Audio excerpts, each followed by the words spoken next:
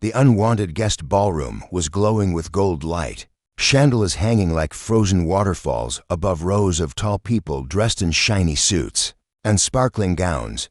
Every corner was polished, perfect, and cold. Music played from hidden speakers, but no one truly listened. They were here to be seen, not to feel. This was Alara Chambers' world. She was known in the city as the queen of society events. Tall, sharp, and always watching, Alara had built her name on control. She owned art galleries, judged talent shows, and wrote opinion pieces that could crush a reputation overnight. Tonight was her annual legacy gala. The theme was elegance. The goal was to show power. And in the far corner of the room stood Keanu Reeves, quietly holding a glass of water. He didn't wear a tuxedo like the others, just a simple black shirt and dark jeans. No one had expected him to show up. He had been invited only because Alara thought it would amuse her guests. She had once told someone, Keanu Reeves, he's that sad guy who used to act. He probably writes poetry in basements now. But he had accepted the invitation. Not for her, but for someone else. An hour earlier, Keanu had stood on the sidewalk outside the venue. The old hotel was wrapped in velvet ropes and guarded by men with fake smiles. He looked up at the lights, his breath calm in the cool evening air. A young boy had asked him once, "Why do you go to places where people don't like you?" He had answered softly, "Because sometimes the ones who need kindness the most are the ones who deserve it the least." He walked in with no fanfare. And no one greeted him. Back in the ballroom, Alara noticed him finally. She whispered to her assistant, "Look at him. He came. This is perfect." The assistant glanced nervously. "Should we be polite?" Alara smiled in a way that wasn't kind. "We'll do better. We'll make him feel welcome. The way a spider welcomes a fly." Keanu stood near the large black piano in the center of the room.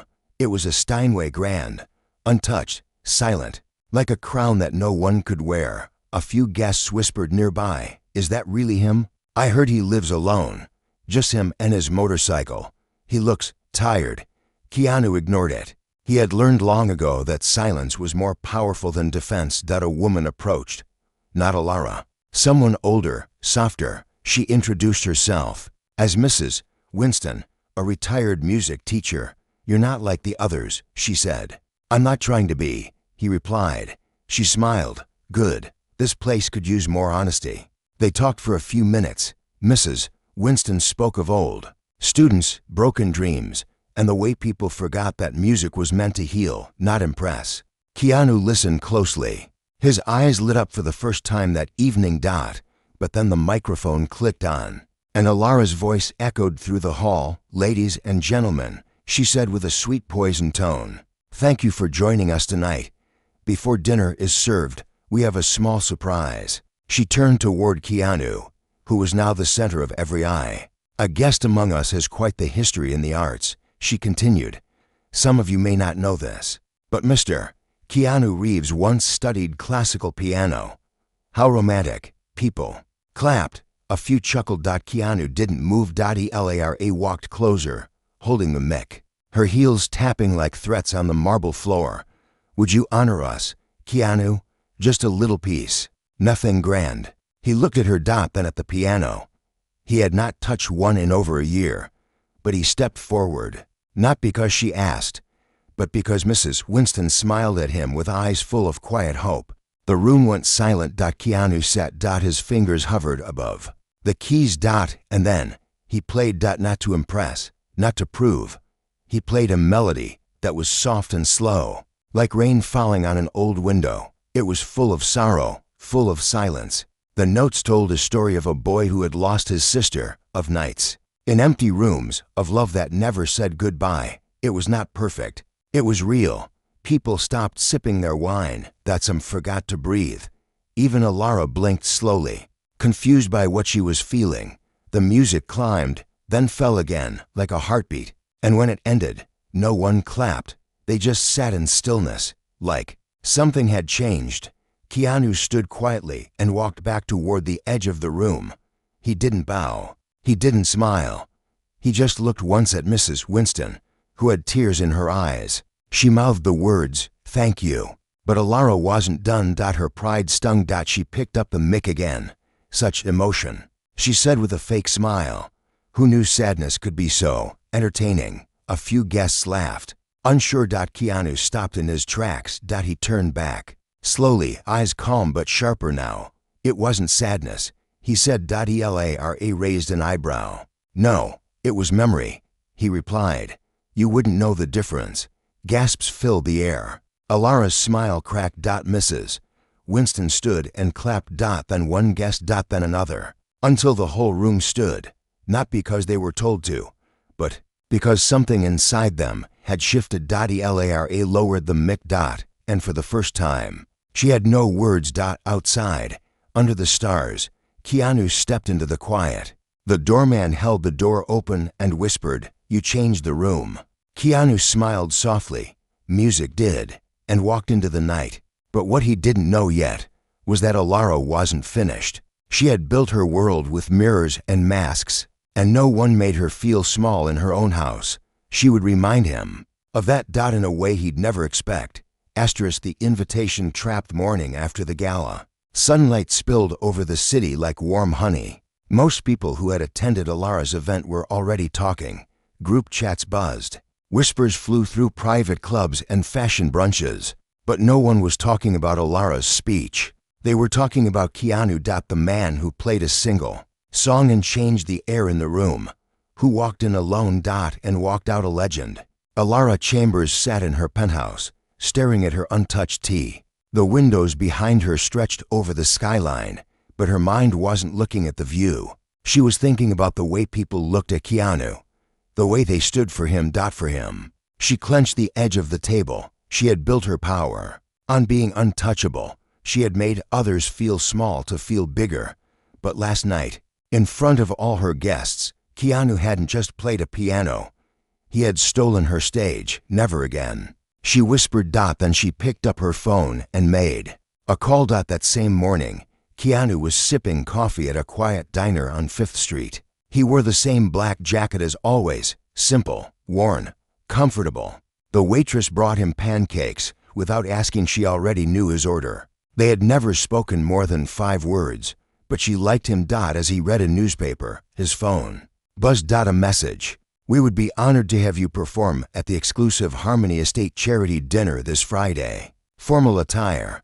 Piano provided. Sincerely, Chambers Foundation. He stared at the message for a long moment. He knew it was her, but something told him to say yes. Not for her. But for the ones listening in silence. For the people who had never been allowed to speak through music. He replied, "I'll be there." On Friday evening, Keanu arrived at the Harmony Estate. It was nothing like the ballroom. This place was older, deeper, like history itself had soaked into the stone walls. Golden gates opened to reveal a mansion surrounded by trimmed gardens, statues, and a red carpet leading into a marble entrance. Inside, the guests were even richer, more distant, more dangerous. And every eye turned toward Keanu as he entered. This time, he wore a proper suit, plain, but sharp, still. His hair wasn't styled. His shoes weren't polished. He came as himself, and that alone made people whisper. Elara walked toward him wearing a shimmering silver gown. "So glad you could make it," she said, her voice coated in sweetness. Keanu gave a polite nod. "Thank you for inviting me." She motioned toward the piano in the center of the room. "I've told everyone you'd be giving us something special tonight." He paused. "You told them?" "Of course." She smiled, but not just to play. He raised an eyebrow. "What then, to compete?" Keanu blinked. "Compete?" She turned and waved her hand toward a young man setting down a violin case. "This is Valentin," she said proudly, "European prodigy, trained since he was 3. He's going to show our guests what real mastery looks like." Valentin nodded. Coldly, he didn't smile. Elara continued, "We thought it'd be fun. To performers, 1 instrument, no pressure." Keanu said nothing for a moment. Then whispered, "Music isn't war." She leaned closer. "Tonight, it is." The guests were given seats. Drinks were topped. Lights dimmed, and Alara stepped onto a small stage with a microphone. "Ladies and gentlemen," she announced, "welcome to our friendly musical face-off. She turned dramatically. First, Valentin, son of Maestro Gregor Valentinovich. Applause burst from the crowd. Valentin sat down at the piano, fingers already dancing before his body touched the bench. His performance was flawless. Fast. Cold. Precise. Every note struck like lightning. Impressive. Yes, but empty. When he finished, the room clapped like a trained machine. Valentin stood, nodded once, and stepped away. Alara's eyes sparkled. "And now," she said with a smirk, "our second guest. You all know him." Some chuckled. Some leaned forward. Keanu Reeves stepped forward. Sat quietly and placed his fingers on the keys. But then he lifted them again and stood. "Before I play," he said gently, "I want to share something." The room hushed. "When I was 13, I had a neighbor who played the piano. I used to sit outside her door just to hear it. She never spoke to me, but the music did. I didn't have much back then, but those notes, they felt like home." He looked around. "So if you're here for perfection, you already heard it," he said again. And began. This time, it was different. He didn't play fast. He played slow, like telling a secret to someone who had never been heard before. It wasn't just one song, it was many, woven into each other like threads of memories. Jazz melted into classical, lullabies whispered through blues, and somewhere in the middle, a child's melody peeked out and disappeared again. People forgot they were being watched. Tears slipped down faces without permission. Even Valentin stared, unmoving. And Alara? Her hands trembled in her lap. When he finished, the room sat in total silence. No clapping. No talking. Just the sound of breath being held. Keanu stood. "Thank you," and walked away. No bow. No pride. Just peace. Outside, he leaned against a stone pillar, looking up at the stars. Valentin followed. They stood side by side in silence. Finally, Valentin spoke. "I played every note right." Keanu nodded. Double quotes. "Yes, you did." Valentin looked at him. "How did you do that?" Keanu smiled softly. "I remembered why I started, then walked into the dark. Leaving Valentin staring at the sky. Back inside, Alara paced her study. Alone. Furious. But something deep inside her cracked. She had brought Keanu here to humiliate him, but instead, he had shown everyone what true art meant. She threw a glass against the wall, but still heard the notes he played, like echoes that wouldn't fade. And she knew this wasn't over. She would make sure of that. The missing Keith city lights blinked like restless eyes across the night skyline. But deep inside Alara Chambers' mansion, the rooms were dark. Only one desk lamp stayed on, glowing against a sea of files, music sheets, and names. Alara sat with her fingers steepled beneath her chin, staring at a screen replaying Keanu's performance from the charity dinner. She had watched it 15 times. Each time, the same reaction. Her chest tightened, her throat felt dry. But not because the music was bad. Because it was beautiful. And beauty without her control made her feel weak. She had invited Keanu to be mocked. He had left the entire room speechless. And Valentin, her shining prodigy, had thanked him afterward. It made her feel something she didn't recognize. Fear. The next morning, Keanu visited a small community center tucked between two large apartment buildings. The outside looked plain, but inside it was full of sound, kids laughing, old guitars being tuned, broken pianos being fixed. This was where he came to breathe. Mrs. Winston was already there, teaching a small group of children to read sheet music. When she saw Keanu, her eyes lit up. "They've been waiting for you," she said softly. Keanu sat at the old upright piano near the window. It was scratched, one pedal missing, and a few keys stuck, but it didn't matter, because the kids gathered like fireflies. He began to play simple notes, nothing fancy, just playful tunes they could follow. One little girl with braids mimicked him on the next bench over. A boy with glasses tapped rhythm on the wooden frame.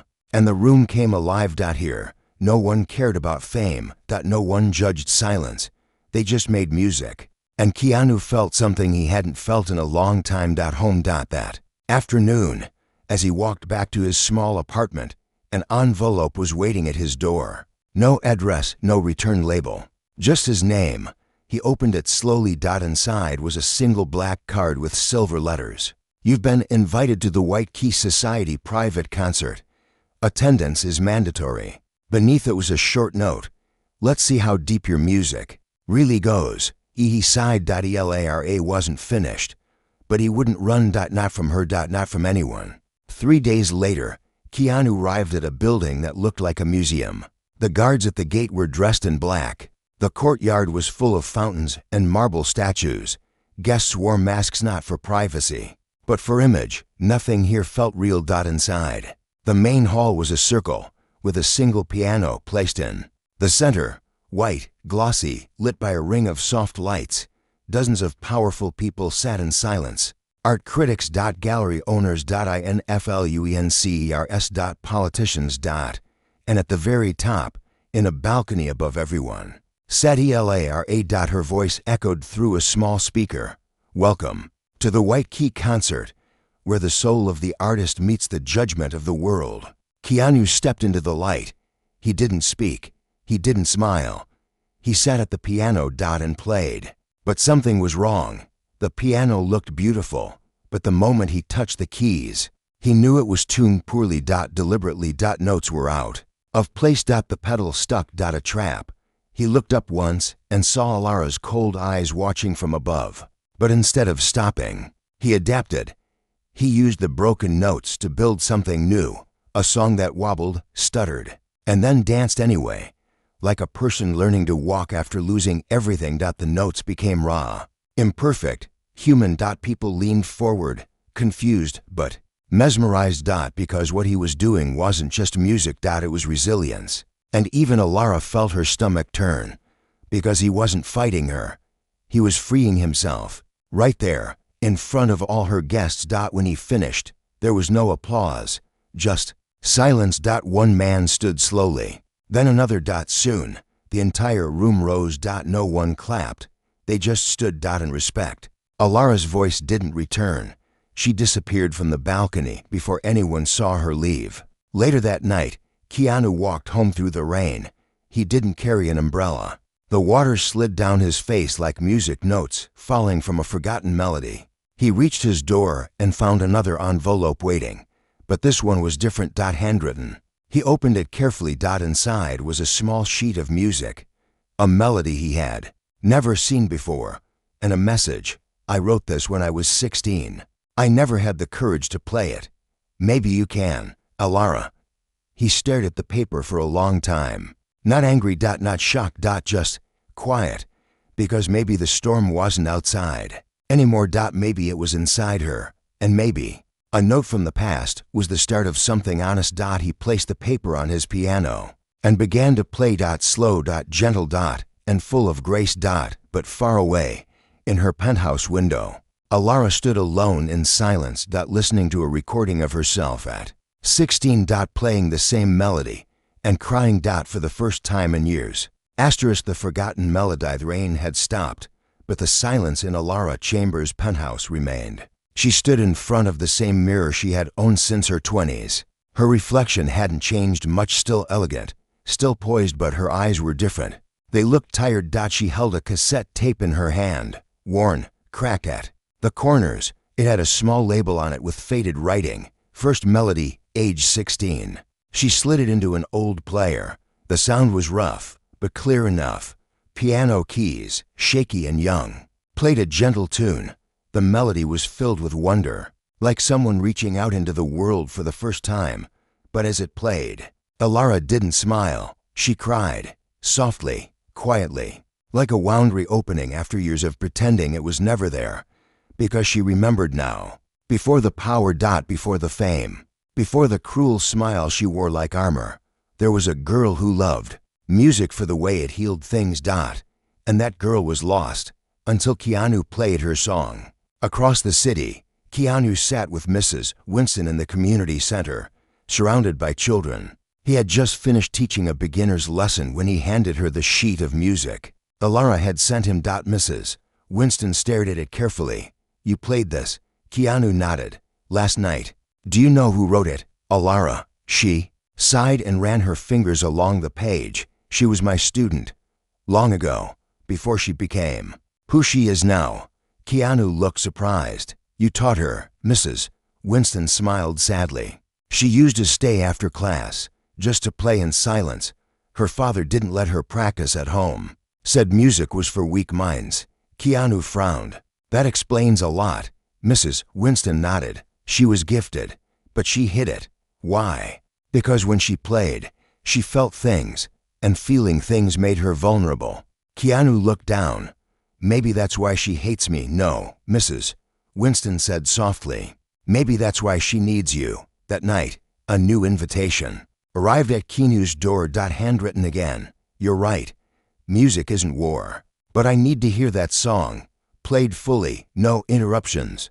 Please come. He didn't hesitate this time. He packed the sheet and walked. Lara was waiting at a small private theater she hadn't used in years. It was quiet, velvet-lined, and empty except for her. Keanu stepped inside and bowed his head gently. She stood near the stage, unsure how to speak. I was cruel, she said finally. Yes, he replied. She blinked. You're not supposed to agree. He smiled faintly. Truth doesn't need permission. She looked away. I used to dream of performing here when I was a girl, before I started building a world that couldn't laugh at me. Keanu walked toward the piano. You want me to play it again? No, she whispered. I want us to. He paused. But then he nodded. And sat beside her. She reached out, hesitating. Her fingers trembled as they touched the keys. I'm not as good as I was, she said. No one ever is, he replied. But you're still you. And together, they played. The melody was simple, but layered with years. It told the story of a girl who once hid behind silence. And a man who walked through grief to find peace. It grew slowly, then swelled with light. And when it ended, they sat in silence, not awkward, but calm. Lara turned to him. Thank you. Keanu looked at her kindly. You don't owe me anything. That's the first time anyone said that to me in 20 years, she whispered. Word spread slowly that the Chamber's Foundation was funding a new music program. Not for the elite. Not for competition. But for community centers, shelters, and small schools. Lara made no announcement. She didn't want credit. She just wanted to start over. Weeks later, at the grand opening of the new center, children crowded around small pianos and donated instruments. Mrs. Winston watched proudly as her old and new students filled the room with laughter and notes. Keanu stood near the wall, watching with a peaceful smile. Lara walked beside him. Funny, she said. I thought music was about being heard. It is, he replied. But now it feels like it's about listening. He nodded. It always was. They didn't speak for a while. Just listened. To the sounds of second chances. To broken keys, finding their place. To hearts healing through harmony. Later, as the sun dipped low over the city, Lara returned to the private theater. She sat alone at the piano. No crowd. No performance. Just her. And for the first time in decades, she played. Not for praise. Not for power. But for peace. And it was beautiful. The noise outside summer air filled the city with warmth. But inside a quiet room of the new community music center, all that could be heard was the gentle tapping of piano keys and the sound of a young boy laughing. His name was Theo, 7 years old, tiny fingers, big smile. Keanu sat beside him, showing him how to play one note at a time. Press here, Keanu whispered, like you're telling a secret. Theo pressed the key. It rang soft, now again, but softer. They smiled. In the hallway, Lara watched from behind a glass door. She didn't walk in, she just listened. It had been weeks since the night she and Keanu played the forgotten melody together. Since then, things had changed. The Chamber's Foundation quietly shifted its priorities. No more luxury events, no more society galas. Instead, money flowed toward instruments, classrooms, and students who had never been invited to play. Some of her board members weren't happy. What is this, Lara? One had said. Are we suddenly a charity for the poor? She had answered, without blinking. No, we're a charity for the unheard. She had expected pushback. She hadn't expected betrayal. Because while she tried to fix her past, someone else tried to destroy her future. It began with a rumor. A small post online. Then a video. A clip from the White Key concert, edited to make it seem like Keanu failed. It showed him hitting a wrong note, followed by audience laughter, but the laughter was fake. Added later. A second video came out the next day, claiming Keanu had used a hidden earpiece during his community performances. And then another, accusing him of stealing music from unknown composers. None of it was true, but the internet didn't wait for truth. Within 48 hours, Keanu's name was trending for all the wrong reasons. Mrs. Winston's phone rang all night. Reporters circled the music center. People who had never cared before suddenly shouted from behind screens. Liar. Faker. Washed up. Elara saw the damage, and she knew exactly where it came from. ***, his name was Bram Foster. He used to be her business partner. Now he ran high-end competitions, charging families thousands just for a chance to play in front of the rich. She had shut down 2 of his events when she redirected funds, and now he wanted revenge. She called him. He answered on the first ring. "I was wondering when you'd cry," he said casually. "This isn't just about me," she said coldly. "You're hurting a man who's done nothing but good." Bram laughed. "You gave him the stage. Now he's under the lights." Alara's voice was firm. "Stop. Make me," he replied, then hung up. Keanu sat in the center, headphones on, hands still. He wasn't angry. He was disappointed. Not in the lies. But in how easily people believed them. Mrs. Winston brought him tea. He didn't touch it. "Are you okay?" she asked. "I'm fine." She tilted her head. "You're lying." He gave a faint smile. "A little." She sat beside him. "You don't have to fight this alone." He shook his head. "I don't want to fight at all. I just want to play." "Then play," she said softly. "But this time, let the world hear you." He looked up. Even the noisy part, especially the noisy part. That evening, Alara made a decision. No more silence. She scheduled a live event. Open air. No tickets. No cameras allowed except the one she controlled. She called it a night of truth. People thought it was a farewell concert. Some thought it was damage control. But at WASN single quotes T. It was a line drawn in sound. Hundreds came, not dressed in gowns. But in old jeans, school uniforms. Wheelchairs. And worn shoes. They filled the park around the small wooden stage. On it stood one piano. No lights. No decorations. Just the music. Keanu walked out quietly. The audience hushed. He sat. And began. His fingers told the story, but not just his own. He played notes that sounded like falling. Like rising again. Like sorrow that becomes strength. In the middle of the performance, he stopped and looked out. "This is not just my song," he said. Then waved to the side. Children came out, each holding an instrument. Some knew how to play, some didn't. It didn't matter. He nodded once. And together they created something new. Imperfect, alive. Real. The audience clapped. Not like before. Not polite. But full of love. Bram watched the live stream from his office. His assistant asked, "Should we take it down?" He said nothing, because he knew the lies had lost. Truth was louder. The next day, the internet turned. People shared clips of Theo playing his first song. Others posted stories about the center. About Keanu showing up early to clean floors. About Alara sitting with students during lunch. About how no one ever asked for credit. Just connection. Keanu returned to his routine. Coffee at the diner. Piano at the center. He didn't chase fame, but it followed anyway. One afternoon, a girl stopped him in the street. "You're the piano guy, right?" He nodded. "My brother has anxiety.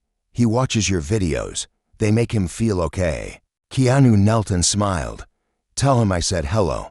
She beamed. Ran off. And he stood up, heart full. At the community center, Alara found him tuning the old upright.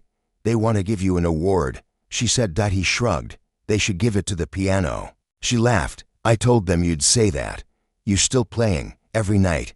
Good." They shared a silence. Then she added, "I never thought I'd feel like a student again." "We all are," he said. "Music is the teacher." But Bram wasn't done. Not yet. Because he had found something. A document. From Keanu's early life. A truth not even Alara knew, and he planned to use it. to finally silence the man who had turned his world upside down. Asterisk the note he never wrote of. Morning sun cast long shadows across the quiet sidewalk outside the music center. Children laughed inside. Distant piano notes floated into the air. It seemed like a normal day. Peaceful. But not for Keanu. He stood at the front gate, staring at a thick envelope clutched in his hand. The return label was typed. Clean. Soulless. Inside were copies of legal documents, old ones, from his youth, sealed reports, a record he never thought would resurface. There it was, a single page that said he'd once been placed in a mental health facility after a breakdown. When he was 17. The file didn't tell the story, didn't say that it happened after his best friend died, didn't say that music was what brought him back. Just words. Cold. Paper. Facts without feeling. And now they were being sent to news outlets across the country. By Bram Foster. The final strike. Alara found him sitting alone in the piano room. The paper was on the bench beside him. "I'm sorry," she whispered. Keanu looked up slowly. "It's okay. It's part of me. It's not fair." He gave a faint smile. "Life isn't about fair. It's about what you do with what you're given." She sat next to him. "Do you want to speak up? Defend yourself?" He shook his head. "No, I want to play." She nodded. "Then let's make the world listen."